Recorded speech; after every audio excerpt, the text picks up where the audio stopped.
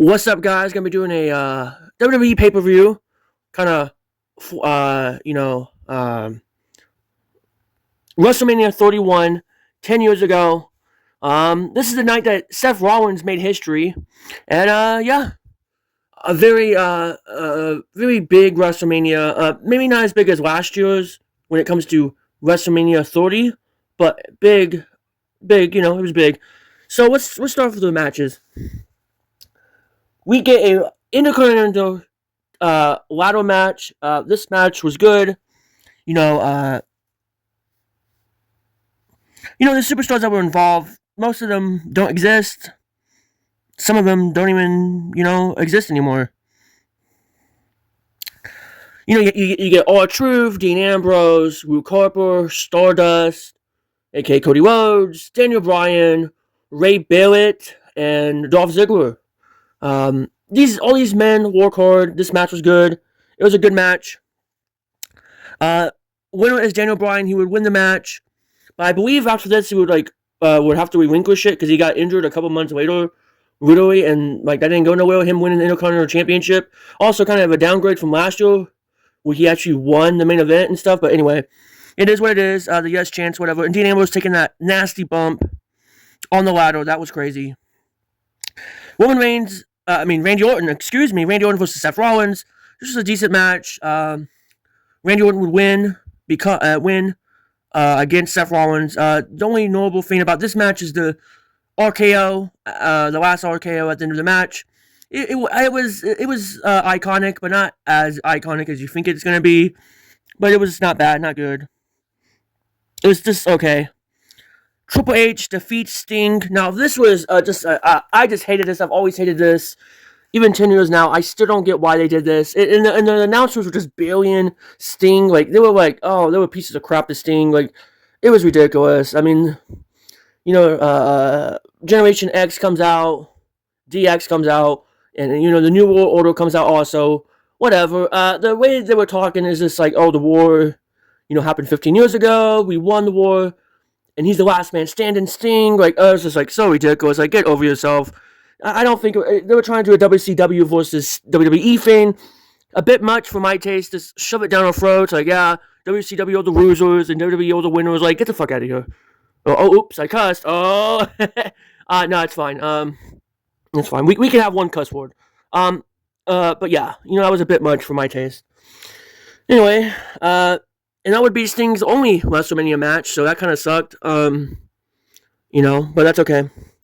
AJ Lee Page defeats the Bella Twins, and this is still the Divas era. This is still the Divas era where we still had Divas wrestlers, but in the summertime of that year, I think it was Give Divas a Chance, and that's when they bring Becky Lynch, Sasha Banks, and Charlotte Flair in the summertime. I'm pretty sure, and that's when the Divas era began. Give Divas a Chance. That was a huge thing, and then in 2016, that's when the Women's Evolution, whatever, came out. Blah blah blah. It was fine. It was cool. Whatever. This match didn't mean anything, and I think this is AJ Lee's last match, and then she would be released from WWE. I'm pretty sure, something to that effect. But I'm not too sure. I'm pretty sure it is. Whatever. U.S. title match: John Cena versus Rusev. Rusev is undefeated until now. And then John Cena defeats him, becomes IC champion. And by the way, I like the order design of the IC belt, not the new design of the U.S. belt. Oh my gosh, United States Championship belt. The order design, I just like it. The newer design, what we have now, it doesn't really scream United States for me, but it's fine, whatever. Rusev will lose. They were doing the whole Russia versus United States. Didn't really age well, but it's fine. John Cena's for America. Rusev is for Russia. He's not even Russian, but whatever. It's fine. It was okay to see. It wasn't that bad of a match, but it was fine. And then I believe John Cena will have his open challenge thing. And yeah. That's John Cena kind of elevated the United States champion a little bit. But that's okay. So yeah, that match was fine. And then we get The Rock. And Ronda Rousey confronts the authority, Triple H and Stephanie McMahon, whatever, they're talking crap. And then whatever, it turns into this whole thing. Anyway, Ronda Rousey is at this time was undefeated. She was a big deal. She didn't, and she was a badass actually. And she wasn't a big crybaby, wannabe loser.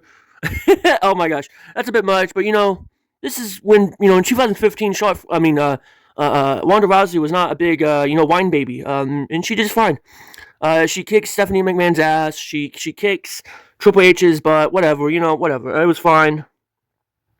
The Rock is in this segment. This didn't go nowhere. I guess besides introducing us to Ronda Rousey, and then she would debut in 2018.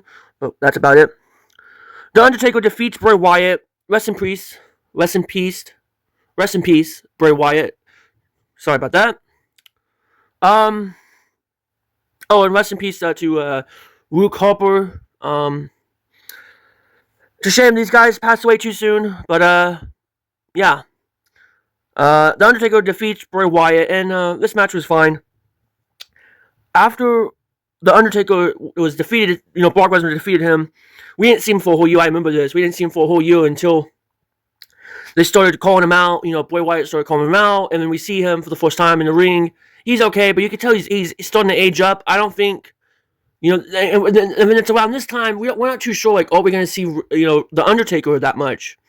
Are we going to see him every year, every month? I don't know. We just don't know. This is one of the unpredictable times in Undertaker's career. The match was fine.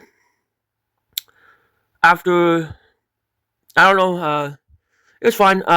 You could argue, too bad Bray Wyatt didn't defeat him the year before, WrestleMania 30, and defeat the streak. Maybe they should have, but, I don't know.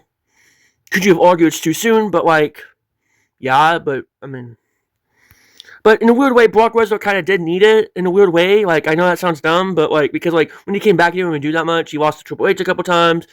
When he came back to his first match, he actually lost to John Cena. So, like I said, it's fine. It's too late now. It's 10 years. It's actually 11 years now. But, it's kind of too late now to complain about that kind of stuff. Okay. Let's get to the main event. The main event is actually Brock Lesnar versus Roman Reigns. Before the Tribal Chief, we had the Big Dog. And this is around the time Roman Reigns is being pushed down our throats. They put a rocket. He's in the main event. This match was actually really good. This match was good. The fans did not like Roman Reigns, and I didn't care for him back then either. I didn't hate him. I didn't start hating him until around 2017-ish. But anyway. So yeah, Seth Rollins made history. This is the night that Seth Rollins made history. He cashes in his Money in the Bank to become WWE champion. We never seen that before. He cashes in. It was amazing. It was incredible. The heist of the century. Michael Cole says, this was awesome. I remember being surprised, wow, Seth Rollins is champion. And I was like, wow. I believe the 2015 one wasn't not that exciting. We had Sheamus, but that's okay. That's for another video. So yeah, overall, this WrestleMania was just fine. Was it as big as last year's? No. But was it better than 32? Yeah. But it wasn't as good as 30. So it's in between that. It was good. People are gonna remember this. I am, obviously. And yeah. So I think that's about it, guys. I'm BD Skeleton. That's my review 10 years ago. The night that Seth Rollins made history. See you guys next time. Make sure to subscribe, push the video out, and see you guys next time.